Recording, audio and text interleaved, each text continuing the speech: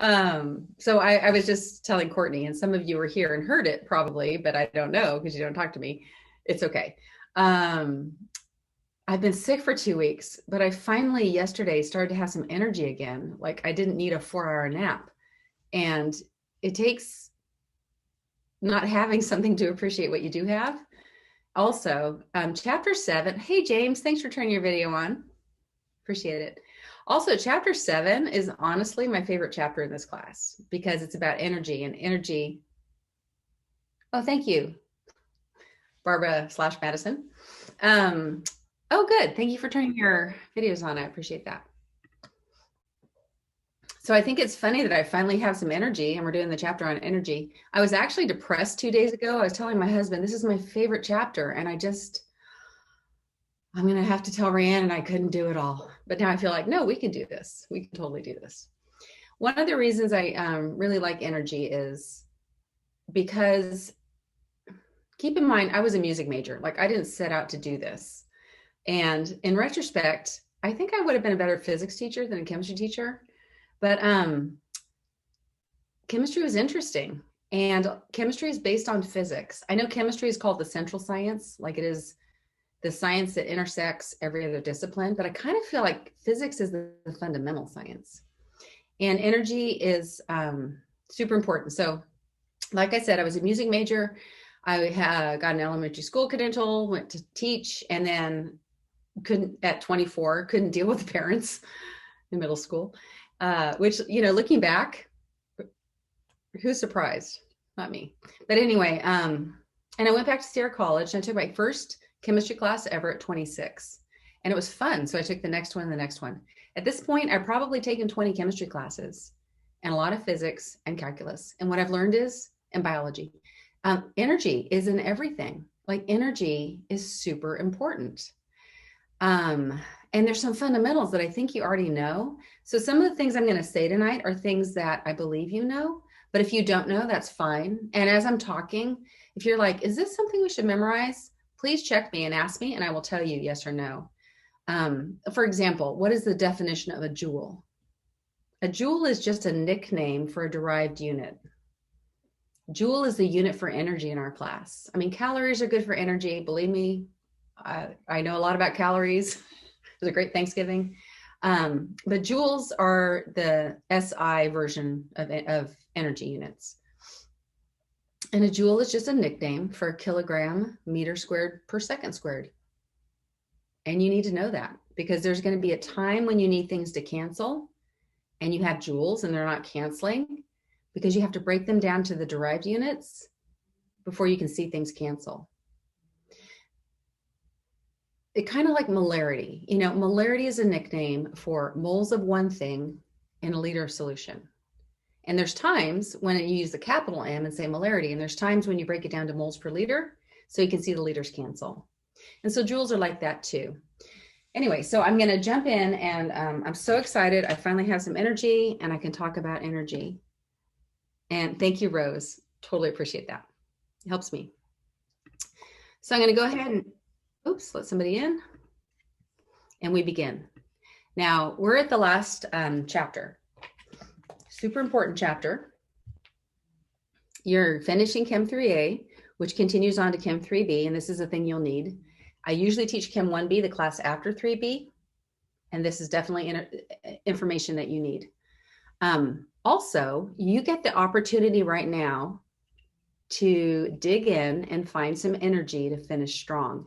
Now, some of you have done tough things in your life. And for example, military, I can't even imagine. I think there's drills where they probably don't let you sleep and then you have to slog through mud for miles. Like I can't even imagine basic training camp. So my hat's off to you. But for the rest of us, I'm thinking of things like whatever sport you might have done. And I imagine a distance race where you feel like I've run half a marathon, but I'm competing, or maybe cross country. I've run 4 miles and I'm at my 4.5 mile, and now I have to go an extra sprint for the last half mile. And if you are a person who has come to the end of a long thing and found a way to push yourself without condemnation, without beating yourself up for whatever you didn't do earlier, then this is exactly what I'm talking about now. This is your moment to do that thing and develop the strength and character that comes from being strong at the end. I think I'm a strong finisher. I wasn't always. Sometimes in my life, it was just enough to crawl past the finish line. And that's true. If you crawl through the finish line, you pass the class, great. But wouldn't it be better if you finished strong? Wouldn't it be better if you found a new gear and you're like, whoa, I can, now I'm thinking of cycling. I can make it up that hill. I'm going to go to a larger gear. I'm going to push harder. So the first thing I would say is if you haven't already read chapter 7, you need to read chapter 7. Now, can you do that tonight? Probably not. But plan on getting it done by tomorrow for your first reading. And then go back and reread chapter 7 a chunk at a time, because each section is gold, and take notes or highlight and figure out if you have questions. And if you have questions and you want more problems or you want to meet one-on-one for Zoom, I will meet you or I will give you problems. I will meet you and give you problems and work the problems in front of you. So what I'm really looking for now is students that want to finish strong, because we're at the place in the semester where some students are going to keep their grade, or if they're on the edge, maybe go up, and other students are going to fall off, but not you, because you're here now. So I want you to finish strong. Okay, and then after you've read it the first time, you'll read it the second time, and you'll see what your questions are, and you do the problems early, because this week the deadlines are firm. Like there are no soft deadlines. And when we finish the class on Saturday, it's done. Like Canvas is closed. So there are no lates. Okay, I hope you're feeling fired up. I am too, or I am. Here we go.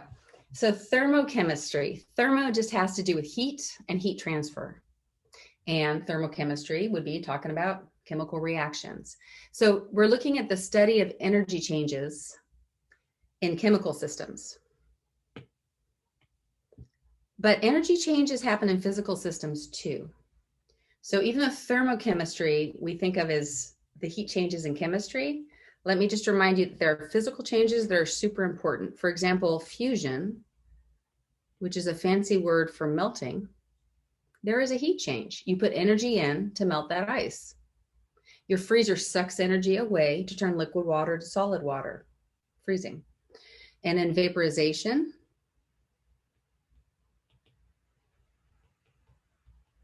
is the process of a liquid becoming a gas without a chemical change. These are physical changes. And so usually when we talk about these things, we focus on water. Why? Because water is a great molecule that is very familiar to us. And we have boiled water and we have frozen water. We know what an ice cube is. Okay, so fusion and vaporization are going to be important in this chapter when we talk about calorimetry, which I believe is tomorrow. But physical changes, there are 6 of them. These are 2 examples, and they're super important.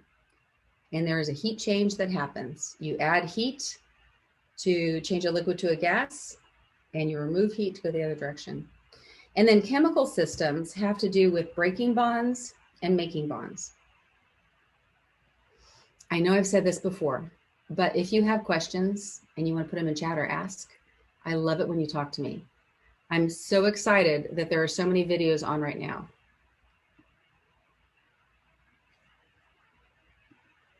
I've got 5 videos on and I'm thrilled.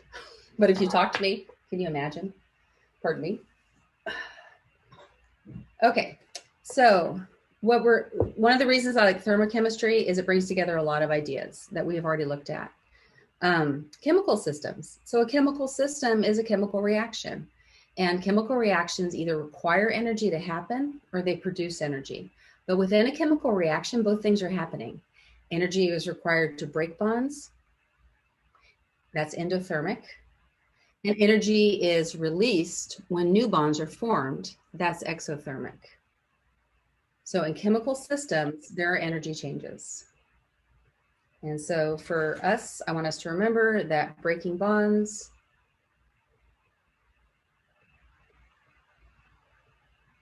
requires energy.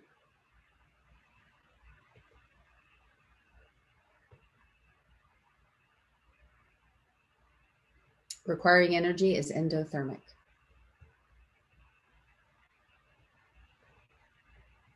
And then forming bonds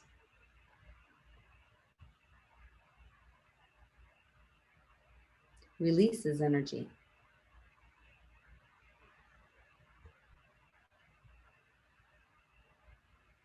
Exothermic.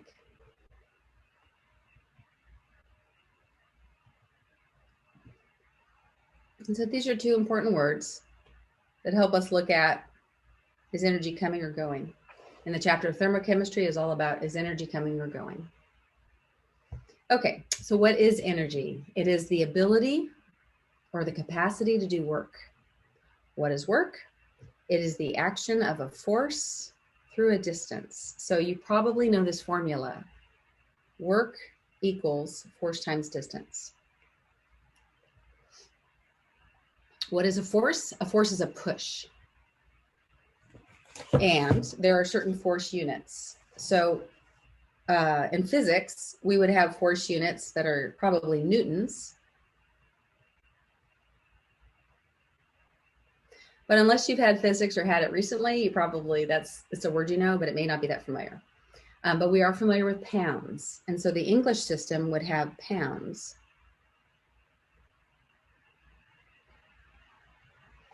So I have mass. This week, I have more mass than last week. And gravity acts on mass. Gravity pulls mass toward it.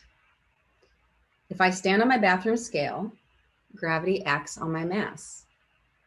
And so sometimes we talk about mass and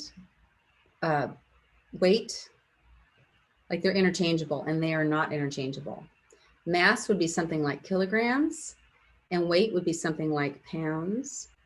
And weight, mass is just M, and weight is M times G.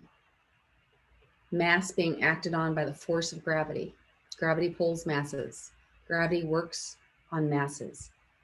Okay, but we're more familiar with pounds. So gravity acts on my mass. Force is about pounds.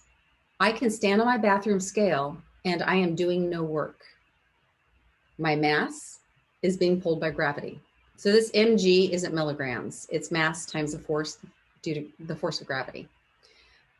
But if I lift that force, if I walk up the stairs, I've now done work, because work is force, the weight of me, times distance. Every step is a step up, and there's some distance there. Okay, so mass and weight aren't the same thing, but we act like in our class they are, and we have a conversion, which is 400 and is it 53.6 grams is a pound,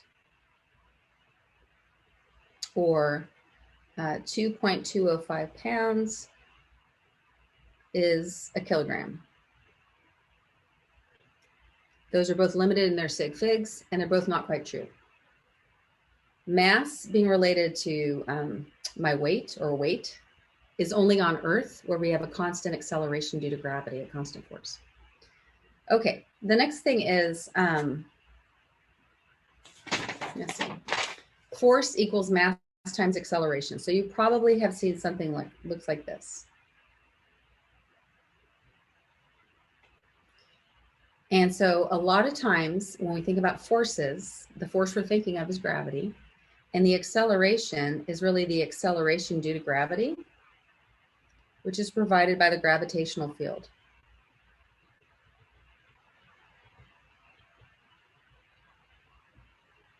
And then the mass is just a mass. Gravity acts on masses to pull, and that is the force. The pulling is the force.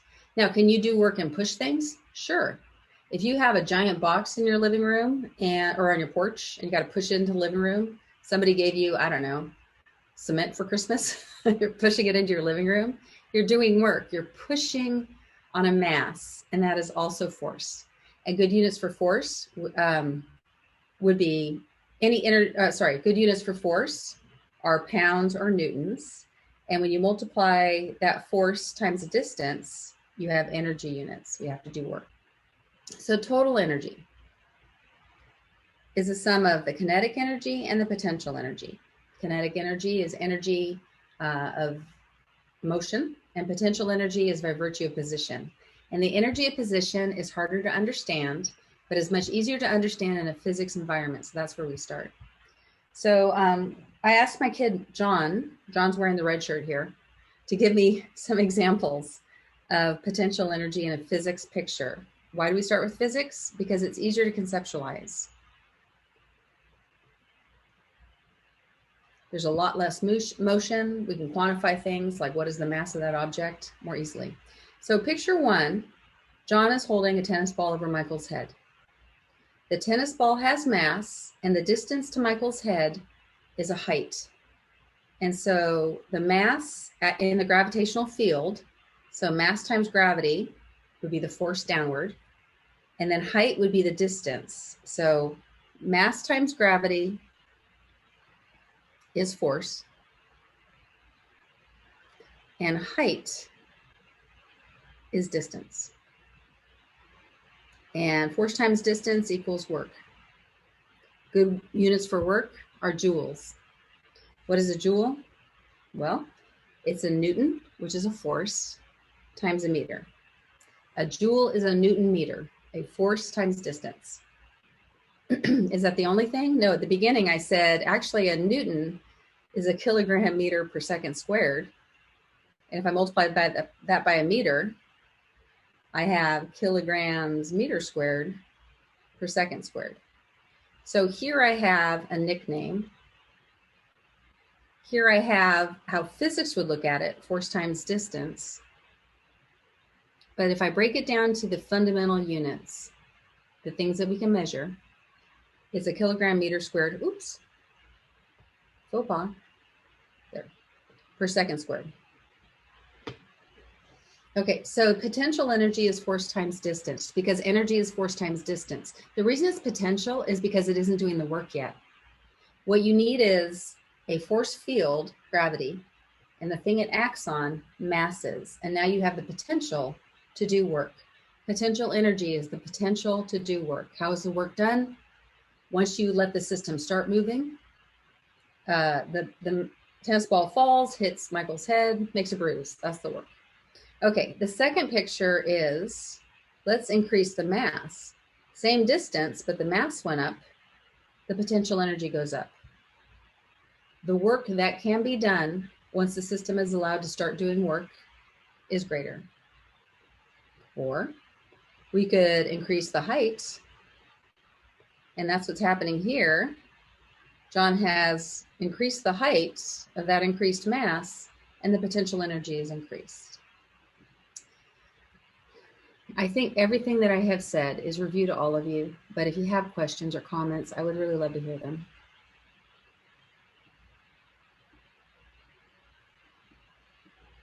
Nope, nothing. Okay.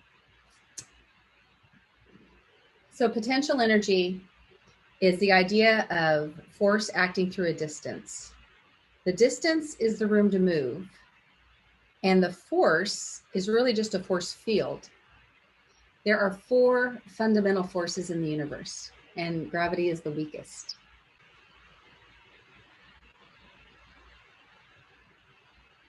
Okay, the strongest is the nuclear strong force.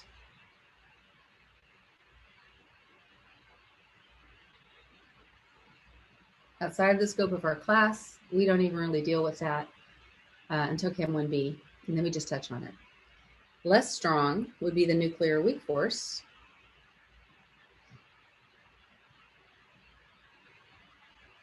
Also in the nucleus, so outside of the scope of chemistry. Because chemistry, except for nuclear chemistry, is about how valence electrons are transferred or shared. It's all about electrons. It's not about the nucleus. And then we have the electrostatic force.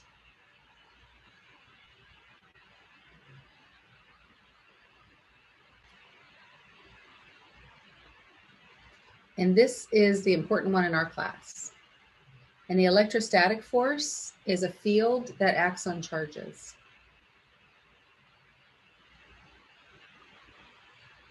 What kind of charges?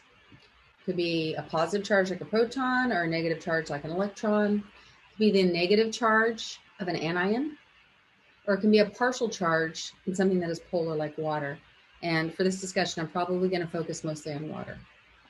And then the weakest force is the gravitational force.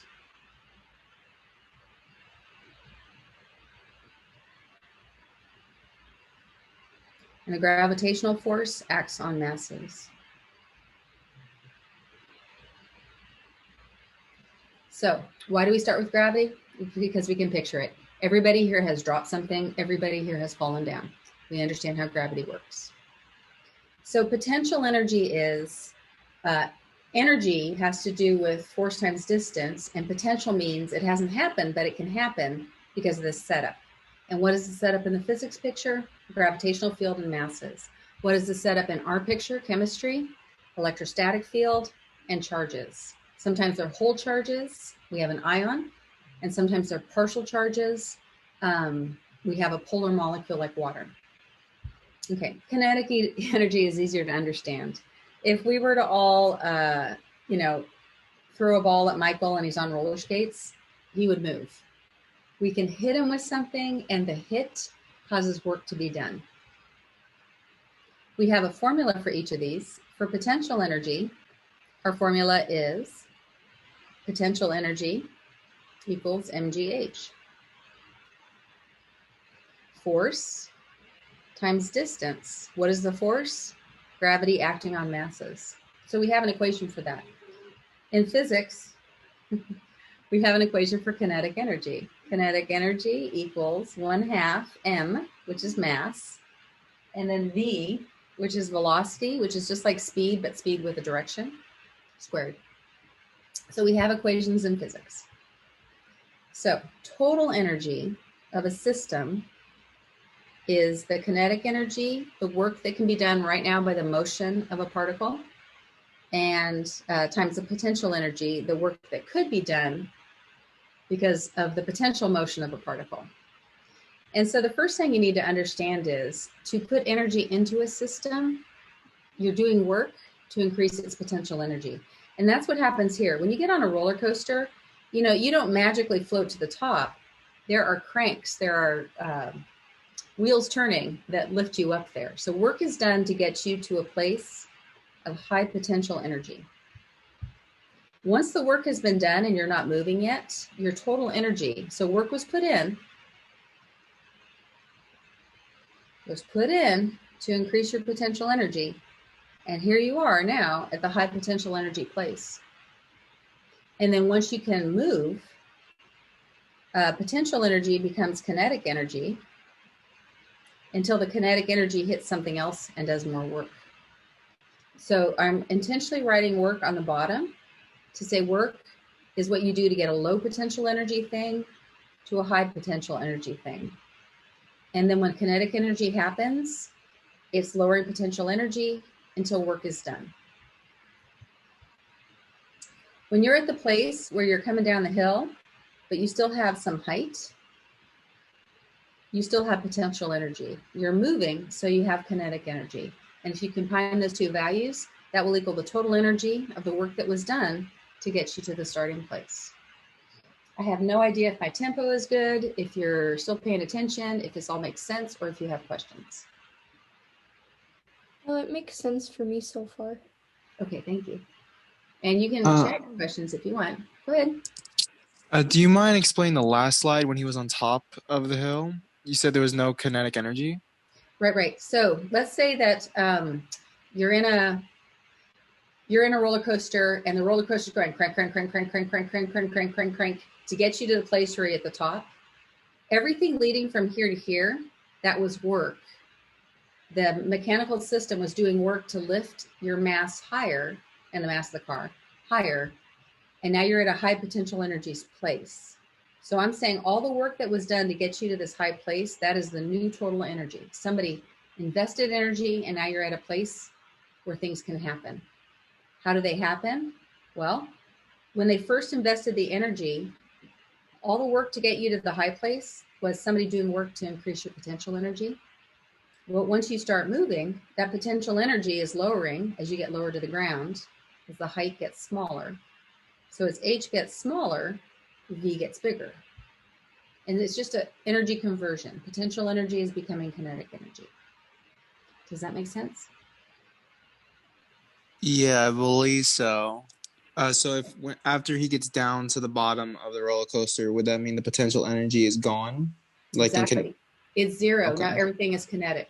Mm-hmm. All right, that And makes then, sense. yeah. And so work is done to increase potential energy. And once potential energy is let loose, it becomes kinetic energy.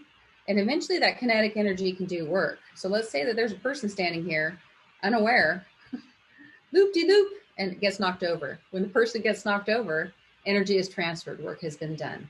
Somebody's been pushed. Okay, so a question came up. What about friction? Gravity doesn't get stronger as you get closer to the ground. That's interesting.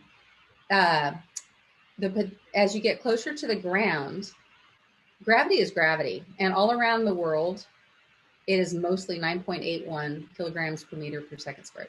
Kilogram meter per second squared. So to 3 sig figs, the force due to gravity is the same. Or we could say the acceleration, meters per second squared is an acceleration, but that doesn't change to 3 sig figs. So gravity hasn't changed, but when you lower the height, gravity is the same, the mass is the same. When you lower the height, the potential energy goes down. Where did it go? It became kinetic. And then a question came up, what about friction? And that's a great question. Friction is like a way to waste energy, and it's a reality. And so right now I want to show you one of the 3 FETs, and this one is called Energy Skate Park. Okay, so move your pretty faces over here. So here we have a skater, and he's got a very simple skate chart. And I want to show you with a bar graph. Right now, there is no kinetic energy, potential energy, thermal energy, which is friction, and the total energy is 0. How can I make the total energy not 0? By doing work. So I'm going to do that. I'm going to take my finger and lift this guy, and the higher I lift him, the higher the total energy. And right now, the total energy is all potential, MGH. Why? Because he's not moving.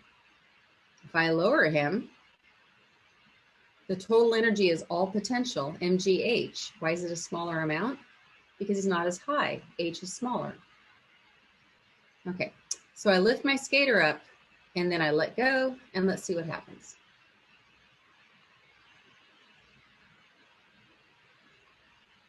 The thing we're noticing right now is that the total energy hasn't changed. It's just converting from potential to kinetic. This is an ideal situation that doesn't have friction involved. Okay, so I want to restart it. I'm going to grab my skater, put him on the ground, and make him a lot bigger. So now when I lift him to the same height, the potential energy, the total energy is greater, and since he's not moving, all the total energy is potential, and it's greater. Why? M. Potential energy equals MGH. Okay, so there's a simple picture. Now let's go to the friction version. So now I can have no friction, and we're doing exactly what we did before.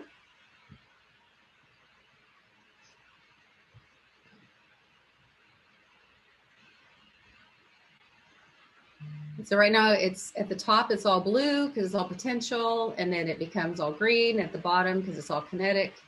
And there's a little bit of friction happening. So we're losing energy at each point. And if I increase friction,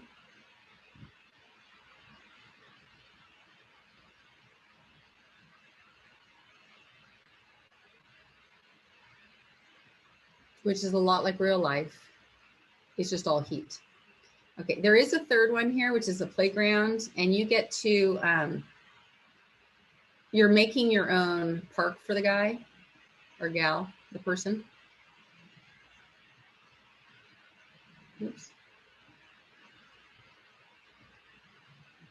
And you can create things like loop-de-loops and see if you can shoot them off the end.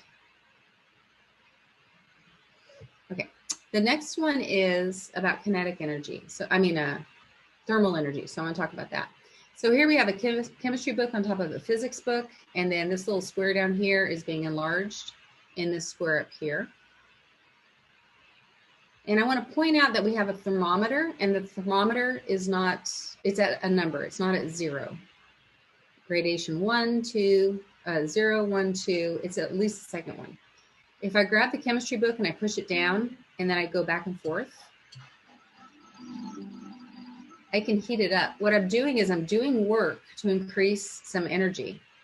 And the question is it potential energy or kinetic energy? When I do this work by sliding the textbook back and forth, chemistry on top of physics, and the thermometer goes up, is that potential energy or kinetic energy? Kinetic energy? It is kinetic energy. So kinetic energy can be measured with a thermometer. The average kinetic energy is proportionate to the temperature in Kelvin. And even if you're measuring with a Celsius thermometer, there is a relationship there. Okay, so that was what was happening in our energy theme park is we were losing some energy when we added friction, and that energy that was potential energy was leaving as heat, thermal energy. And that's what we're looking at in this chapter, which is thermochemistry. The last one is super cool, and we'll look at this a little bit more tomorrow, but here I have some systems, and if I turn up the heat on one, it will turn up the heat on the other. If I cool down one, it will cool down the other. So I'm going to put an iron block here and a brick block there, and when I heat it up, oh, they both should be heating up. Hang on. Link heaters, there we go. When I heat one up, they're both heating up, and I'm adding energy, and the energy is going to cause the temperature to change. And how much the temperature changes for iron versus how much it changes for the brick has to do with something called heat capacity, which we're going to talk more about tomorrow. Okay, so that one's cool. We'll come back to it tomorrow. If you could play with it tonight and then come tomorrow, or play with it before you watch the video for tomorrow, I think that'd be really good. So why do we start with a physics picture? Because it's easier for us to understand. It's quantifiable. I can measure a mass and know the mass with one number. And it's familiar. We have all done things where we've lifted or we've pushed or we've fallen. So we understand how gravity works. There are some energy conversions that we'll look at in just a second. Actually, we should look at these now. So what kind of units are good energy units? Well, calories are kind of a favorite in the United States. And then a kilocalorie is 1,000 calories. That's what you have on your chips package. So if you look up how many food calories are contained in something, the food calories are kilocalories. Capital C, those are the food calories. When you talk about energy in your house, you might refer to something like a kilowatt hour. And there are some conversions for that. When I test you, this isn't one I'm going to test you on because you just need to know it exists. That kilowatt hour is an energy unit like calories and joules. But calories are familiar to us, and then joules are what we use in the system we live in. So all of these are relating some energy units to a joule. The last one is an atmosphere liter, and an atmosphere liter is actually an important idea. So the atmosphere liter picture is like this. Let's say that you had a piston. And so what I have here is an empty space that maybe has a gas in it. And then some kind of metal plate that's containing that gas. And maybe a handle that I can push down or lift up. If I were to push down on this and compress the gas, I'm doing work. How much work am I doing? Well, it has to do with the volume of gas that is compressed and the force of the air pressure, which can be in atmospheres or pascals or PSI. There's a lot of pressure units, but typically 1 atmosphere of pressure is what we're used to. And so atmospheres of pressure is a useful unit. So if I push down with 1 atmosphere of pressure, and I can compress this 1 liter, so I've lowered it enough that that gas has been squeezed into a smaller amount. How much? The amount I lowered it was 1 liter's worth. I have done a force times a distance idea. I've done an atmosphere times a liter. And so an atmosphere liter is a certain number of joules. So atmosphere liter if we had to talk about in our class and in chemistry in general, what are the most important energy units? I would say joules are number one. And then atmosphere liters and calories are kind of number two. Because we live in the United States and you look at a bag of a snack and it has your the energy value, the energy you're putting into your body in calories, then I would say calories are probably number two and atmosphere liters number three, but you need to know them all. I want to go back to that interconversion thing real quick. So here you can build a system, and here we have a girl on a bike, and we can do work. And so I'm going to get her pedaling, and she's doing work. And the work in this case is going to heat the water. So you can decide down here how you're going to do the work. And then here, how the work is going to be converted into some useful energy. And then here, how that useful energy is going to be expressed. Do you see this little thing here, feed me? You have to add food to give the person energy to do the work, to give this energy to do the work to cause the effect. So every once in a while, they'll say, feed me. Because energy doesn't come from nowhere. And for us, it typically comes from food. Okay, so here we have a couple conversions. Maybe take a minute and this is just unit analysis. And I'm giving you a table of how things are related. And you're just working some problems. So you do yours, I'll do mine. And then I have like 2 more slides and we're done. All righty. If you got different answers, I might be wrong. Go ahead and let me know if I've made a mistake.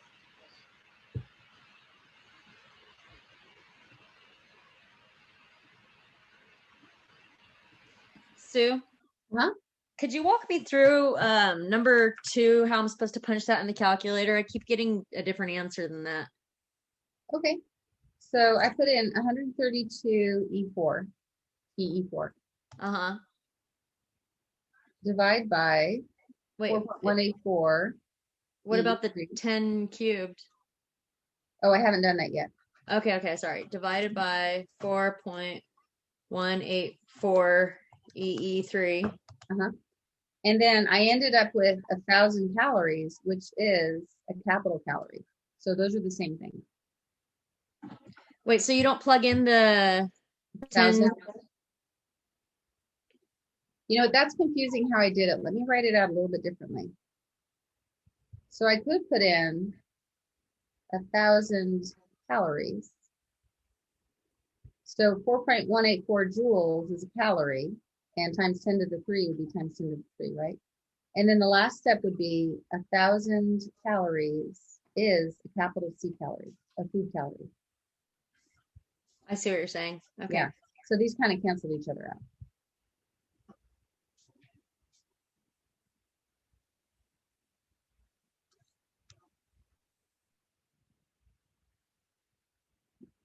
Does that make sense?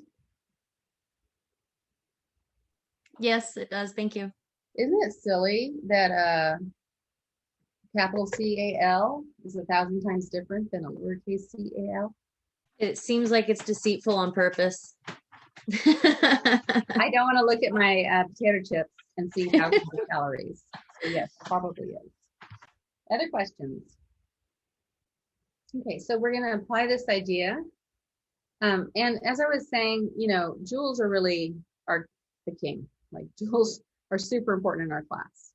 Calories are important in life, food calories especially.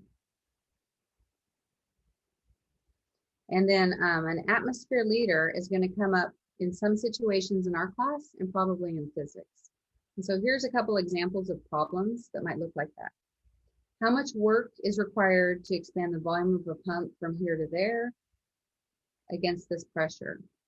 So here we're going to have the change in volume, and here we have a pressure, and force or work can be force times distance.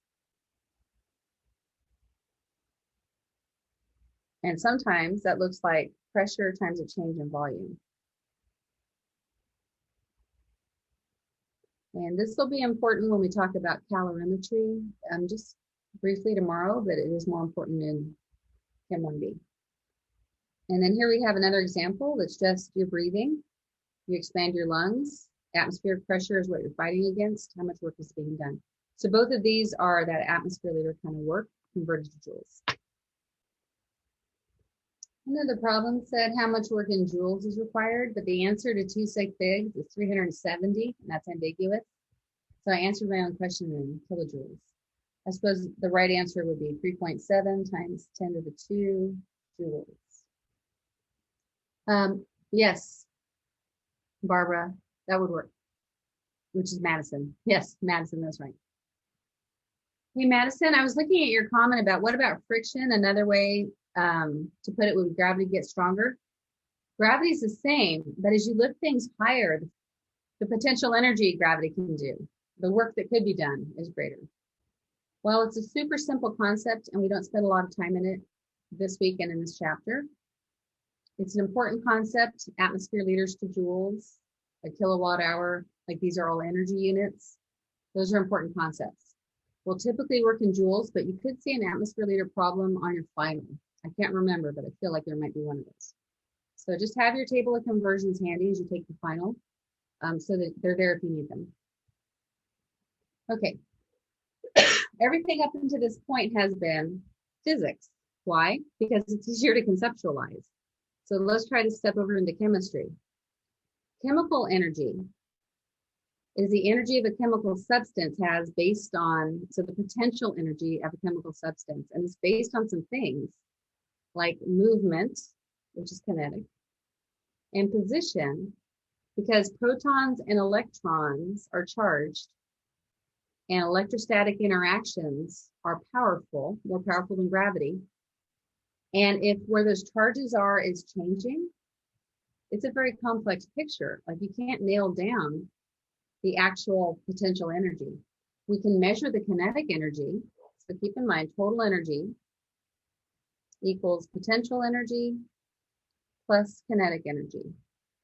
Kinetic energy is the energy of motion, and we can measure that with a thermometer.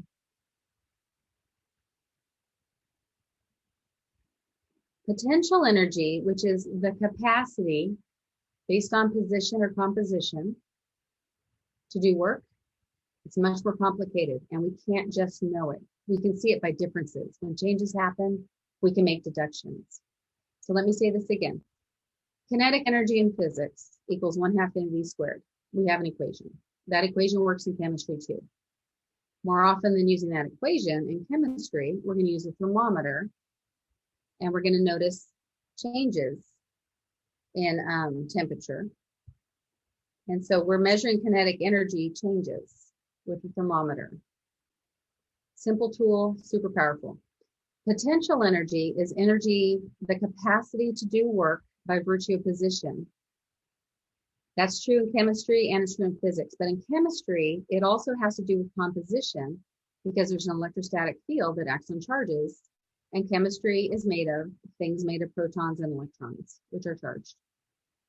So potential energy is more difficult to measure, and we have to infer it or deduce it. Oops, infer, deduce potential energy changes. We can know the total energy, and we can see how kinetic energy changes, and then we make a prediction about potential energy. So in chemistry, potential energy is just a little bit harder to understand. There are two basic ideas that are super important. Really, it's one idea.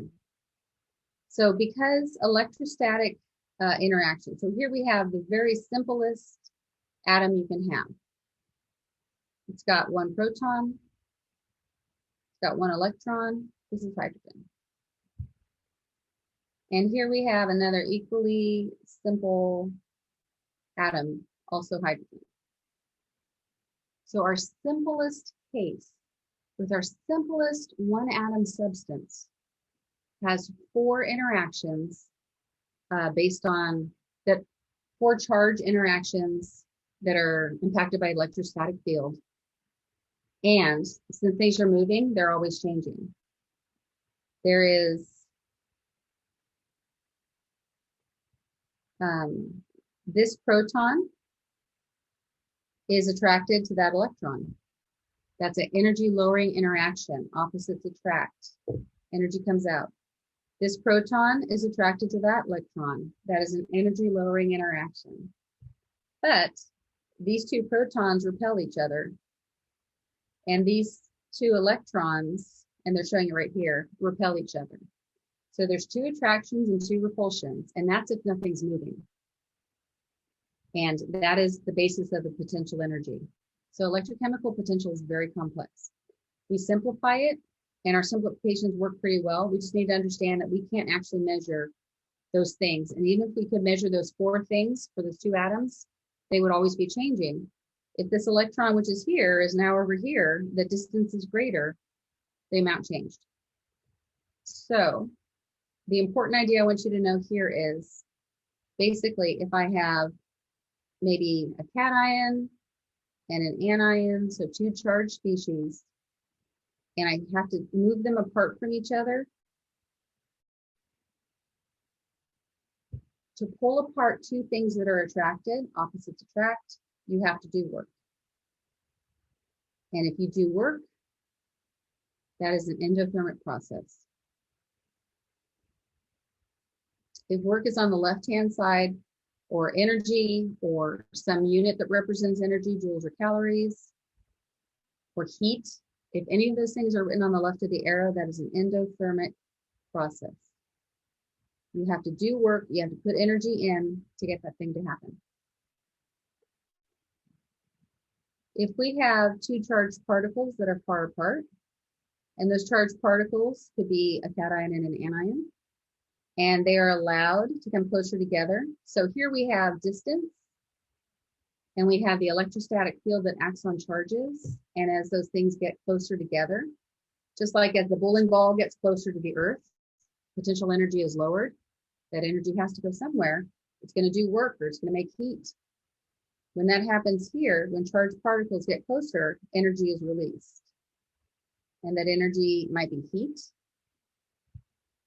So the thermometer gets, temperature goes up, or that energy might be light is produced. That energy could be work is done. So the energy units here can be joules or calories or something like that. And that process is exothermic. Heat is released, it goes somewhere. Now, does it have to be a charged species? Does it have to be a cation and an anion? No, it could just be things that have partial charges. So right now I want to talk about water, unless there are questions, and then we'll be done. Okay, I'm going to erase this page unless you tell me not to. Okay, so water is a funny, H2O. We have one oxygen and two hydrogens. And when we learn how to make pictures in Chem 3B, we'll write it this way. And we'll talk about how there's a lone pair of electrons here and a lone pair of electrons there. And this is called a valence shell electron pair repulsion picture for water. Water has, one side of it has a lot of electrons. And so I'm going to draw an arrow pointing toward the more electronegative place. And the other side of it has some hydrogens. And hydrogen only has one electron, and that electron is in this covalent bond, these covalent bonds. So water is a polar substance. And I draw it sometimes like this. When water is a liquid, the reason it sticks together instead of just floating like a gas is because the negative end of one water is attracted to the positive end of the other water. And that's a potential energy lowering situation. It's good for opposite charges to be close to each other. That lowers the potential energy. Just like when the bowling ball is closer to the ground, that lowers the potential energy. So if I were to do work, maybe by putting it on a propane stove, I could separate the water into gases, but I have to do work to do that. So vaporizing water is an endothermic process. Vaporization is endothermic. Endothermic means you have to put energy, maybe heat energy, therm, in the entrance. You have to do work, put energy in to make that happen. And in the opposite way, if we had water that was a gas and that water was allowed to come closer together, energy would come off. Oops, I need red to say this is exothermic. So if there's distance, an electrostatic field that acts on charges, if there's room to move and things move closer, opposite charges move closer, energy is released. That's exothermic.